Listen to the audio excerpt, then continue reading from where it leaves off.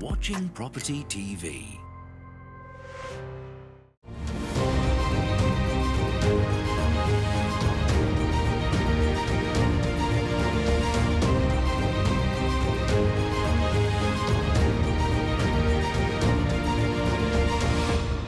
Hello and welcome to Property Question Time. I'm Stephen Galpin and this is the programme where you can have your property related questions answered by our team of property experts. Joining me today is Byron Crellin, CEO of Debt Squared Group, Commercial Enforcement Specialist. Hi Stephen. Good intro. Great intro. Well, Great intro. Says what it does on the tin. I love it. Just what it does on the only. And next to you is John Howard, property developer, author and mentor. Welcome, John. Hello. Great to be back. Good to see you back too. Okay, well, we'll move straight on with the questions for today. And Byron, your first question is, with early 2021 stats showing that 14% plus commercial properties were recorded as empty, who will fill these rental voids, or is it envisaged that a huge number of properties will be subject to change of use applications? I think you've got to take a step back to answer that question, because you've got to look at this from a geographical. So we work with agencies that we collect data from, so we can see a UK footprint at any one time. Yeah. That enables us to say to a client, in terms of a vacant property, northeast, but let's say the northeast as an example, the square footage going rate at this moment in time, because of businesses closing against the ratio of businesses starting up, redundancy higher than somewhere in maybe the south, your square footage on a vacant property is this. Yes. Without having that data, landlords and agents are working to a degree with, data analytics, etc., that's available to them to get tenants into vacant properties. If you strip it back and look at the COVID bomb that went off, let's say, and look at the UK, London is impacted the worst in terms of vacant property units versus anywhere else in the UK. Yeah. And the reason for that is because the population is greater. Yeah. So you've got a bigger dump of commercial stock in a smaller geographical, where if you look at London versus Southampton is trading well in terms of retail, and hospitality has been the worst hit in London and the worst hit across the UK. Yeah. And that doesn't take a scientist to work out. Does it correct? Like all things, it will self-correct, but it will just take time. It's down to how smart the agent is, where the location is, whether they change the strategy in terms of getting tenants back into properties. I know we've talked about it on previous shows. Change the mind frame of this shop has always been available on a 3-year, 5-year, 12-year lease with a quarter deposit, etc. Yeah. Now we move to monthly rentals, no deposit required, straight in, you trade within a week. I mean, with the big institutional landlords, they've always worked on a sort of blue chip basis, haven't they? They want blue chip tenants, they want accounts, they want track record, all the rest of it. Is this going to change? Not really. Where they've asked for that, you're looking at portfolios that will always require that. Prime, looking at real prime. Sort of, would you say then, A1 space in a city centre, in a very big city centre, shopping centre type? I've got a client that is basically a never stopped momentum through COVID. Amazing. Buying stock. All they want is the M1 corridor to London. Yeah. Buying stock, demolish, build out big sheds, industrial parks, put tenants on, but also have their own industrial estates. Their momentum is commercially aggressive. Yes. Fantastic, model to watch and be part of, because we're able to play our part with that.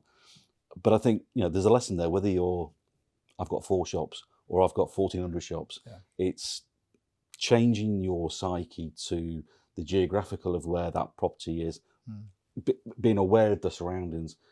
Is unemployment higher in this particular area? If so, are many people likely to start up again? You've always got tenants queuing. But Byron, if you take, let's take sort of top end of the market, let's take Oxford Street typical. In London. London. The London. Yeah, well, London, that's where we are.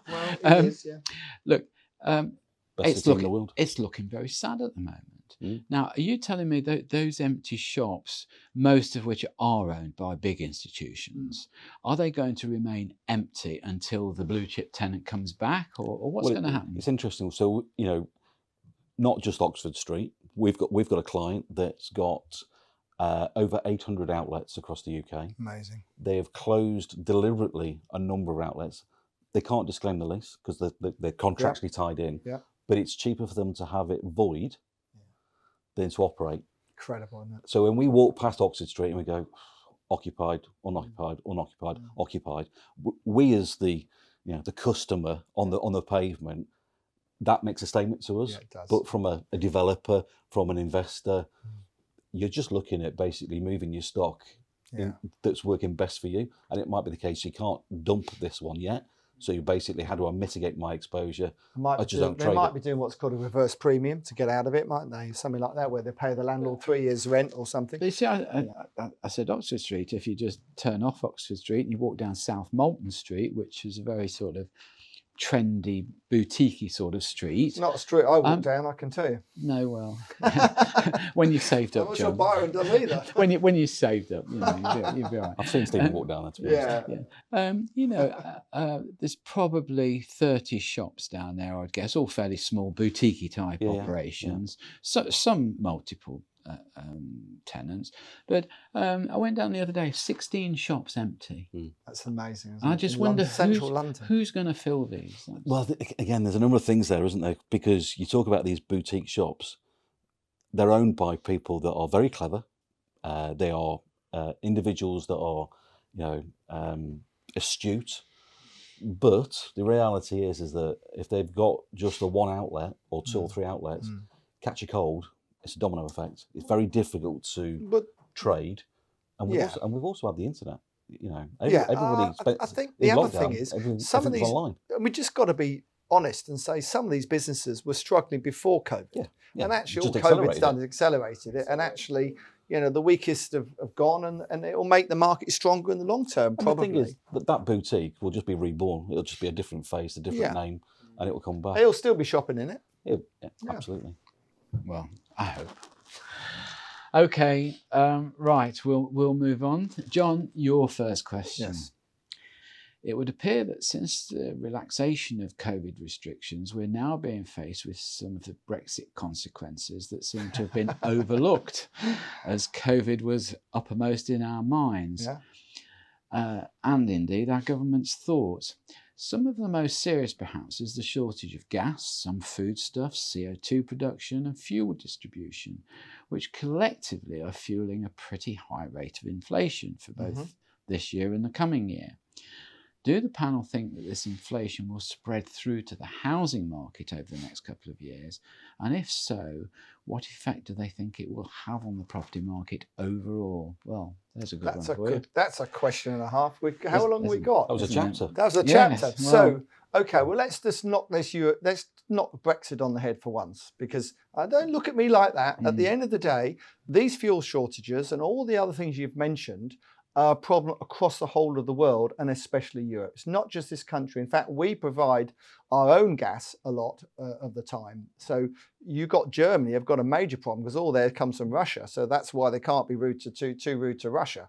So let's not go down that route, because at the end of the day, we're far stronger and better off as an island, as a country, than a lot of these European neighbours. I take it you voted for Brexit. I was a Brexit supporter to the point where.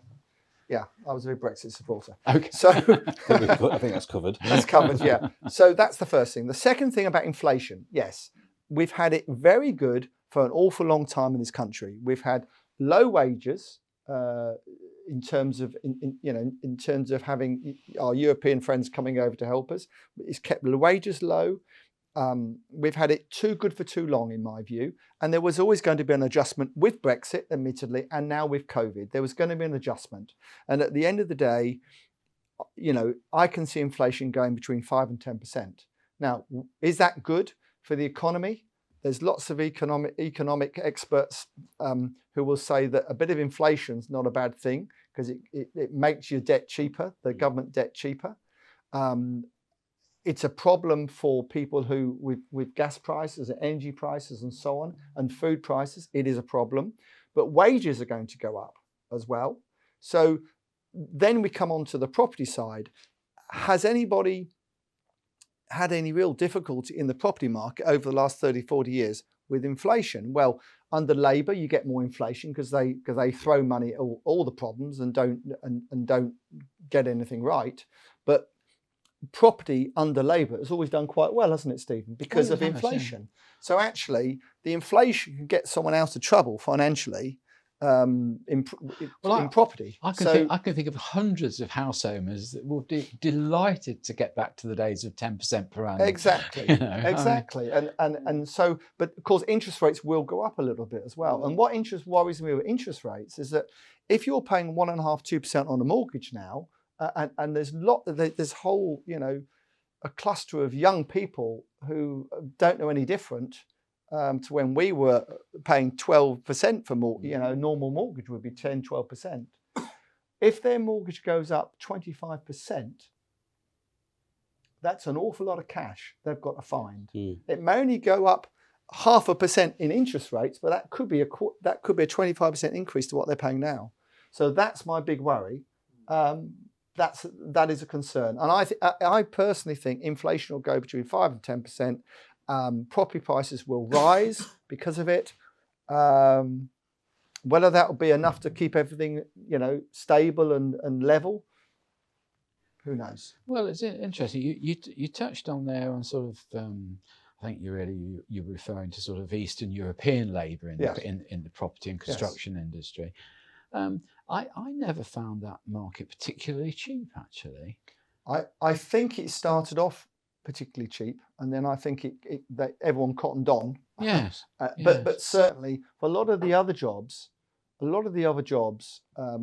in less skilled jobs in this country, we have benefited from cheap Eastern European labour. Probably in agriculture. That was never going to last forever, and there will be an adjustment. And I don't think the government are that concerned about the adjustment. I'm not sure the government are that concerned about a bit of inflation, to be honest with you. No, I think you're right. I think it's trends, isn't it? Yeah, it's just the trends. It's been too good. We've had it too easy, too low, and too easy for too long. Well, on that note of having things too good, we'll go to our break. So join me again after the break when we'll be asking more questions of our property experts.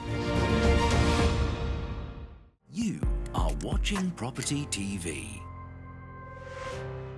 You are watching Property TV. Hello and welcome back to part 2 of Property Question Time. I'm Stephen Galpin. With me are Byron Crellin and John Howard. Welcome back both. Thank you. Byron, with the ever increasing level of debt recovery going on due to the hardships of the last couple of years now, can the experts tell me what legal powers a bailiff has when he arrives at the door of a commercial premises and indeed a residential address? Do bailiffs' powers vary depending on the type of premises? Okay. Point of order for our viewer. Bailiff is enforcement agent. That's what they're referred to, and that's what we're referred to these days. Right. But people say bailiff because that's what, we actually say bailiff on our website because people think an enforcement agent is something different. And you've got high court enforcement, but in the round, bailiff. Yeah. Let's go commercial first. Commercial restrictions remain in place. So you've got the ability to instruct a bailiff to recover. I should say I'm not a bailiff. I'm merely, the MD of the company. But you're able to instruct us and send the enforcement agent, the bailiff, to a commercial property to recover rent, providing that there is a criteria, the amount of days of rent due. So the government, when COVID happened and we went into our first lockdown, introduced emergency legislation. That legislation changed and put a stop on the ability for a landlord to instruct his or her bailiff company to go and collect rent. So it ring-fenced arrears, and the government continued to extend this out. So what we've done is we've got a roadmap on the website that you can go to, and that gives you the very latest information in terms of whether you're commercial or whether you're residential, whether you want to collect a debt or the way you want to take possession. But in short, you've got the ability to collect commercial rent through an enforcement agent, through a bailiff, but there has to be a criteria of a set number of days, 557, outstanding worth of rent. You can't take possession, or you can't evict or forfeit a lease for non-payment of rent currently. Right. You can forfeit a lease if there's a breach of the lease that is non-fiscal. So that could be that somebody is storing pallets outside, using it for the wrong reason. Correct. Yeah. So and if they don't correct it, so you've got to document it. So you've got to give opportunity for the tenant to self-correct, because they may have. Well, most tenants possibly don't know the ins and outs of their commercial leases. So but they do it sometimes. Many landlords don't either. I can tell you. Well, you're looking at one. Byron, you've mentioned the subject before, and in any period of financial crisis, which I think we all accept we've had, if not still having, you do get a number of companies that will effectively go bust today and open up in the same premises tomorrow. Oh, absolutely. And it's almost considered a bit of a game by some people. And there are successful individuals operating who are entrepreneur in the ability to be unsuccessful in business. Right. Make a profession of it. So we same old names keep coming up, do they? We have an individual we visit on a regular basis, and he's in a particular geographical area. Yeah. I feel as if I should invite him to the Christmas party, because he's part of us. We see him every quarter. I think it'll be Christmas cards this quarter. Next quarter it'll be sinks or taps. So just applying that to the question I asked you. So if for instance he was in a property, let's say he owed 20,000 rent, theoretically you're not allowed to evict him just on the strength of the rent that's owed. So criteria is that if there's 557 days of rent outstanding, you can instruct us. That's what, a year and a half. So effectively, because what the government did. It's a long time, that, isn't it? A year and a half. Well, it's COVID related. Oh, so they introduced it Q1. Normally it's What's it normally? Well, it's due on the quarter day. So rent billed quarterly in advance would be due technically a second past midnight, the day after quarter day. Yeah. So let's say that he's within that amount then, and let's say the 20 grand falls short of the 5 days. He's protected. He's protected. If he's over 557. What happens if he does put his company into administration, but just opens in the same shop the next day? So to help the viewer, has he got any? So to help the viewer, he trades today as ABC Limited. Yes. And he's got £20,000 worth of debt. Yep. He's under the 557 current restriction days, so therefore you can't send in the bailiff. Sounds like one of my tenants' sisters. Go on. So you're getting free advice now. Again, free advice. Again. Fantastic, from an expert. And then there's no reason why he would want to dump his business and create a new business tomorrow, because to a degree he's protected by the restrictions. However, if he's got suppliers come at him, that they might be coming through the court, the ability to enforce a warrant, a CCJ at the moment, huge backlogs with the court, again protection. So he's sitting pretty by default of the restrictions placed on courts, placed on landlords, placed on enforcement agents. We are told with confidence that the government are going to update legislation March 2022, and so from March quarter day, which is 25th of March 2022, we'll have new legislation. What we don't know is what that legislation looks like. Do you think they'll taper it rather than say you can now? I think they'll ring fence the arrears of COVID and just say that's non-enforceable.